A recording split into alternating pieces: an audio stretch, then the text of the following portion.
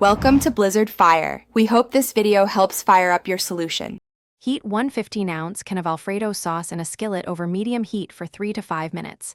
This warms the sauce evenly and prevents splitting. Whisk in 1 cup whole milk and 2 tablespoons unsalted butter to thin and enrich the sauce, stirring until smooth and slightly glossy. Season with 1/4 teaspoons salt and fresh black pepper to taste, then taste and adjust seasoning.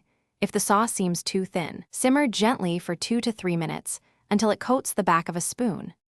Sauté 1 minced garlic clove and 1/4 cup diced onion in 1 tablespoon olive oil until translucent, then fold into sauce to add savory backbone without overpowering.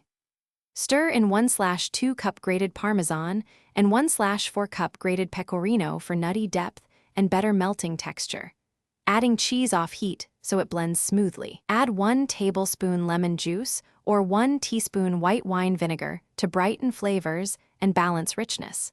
Fold in 2 cups cooked chicken, shrimp, or roasted mushrooms to make a complete meal and keep proteins warm in the sauce for a minute before serving. Finish with 2 tablespoons chopped parsley, 1 teaspoon chopped thyme, and 1/4 teaspoon red pepper flakes for freshness, herb aroma, and a touch of heat. Taste and adjust salt once more.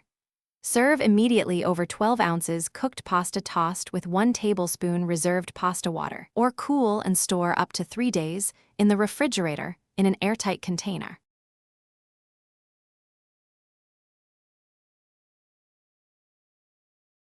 Thanks for watching. If you found this helpful, don't forget to like and subscribe.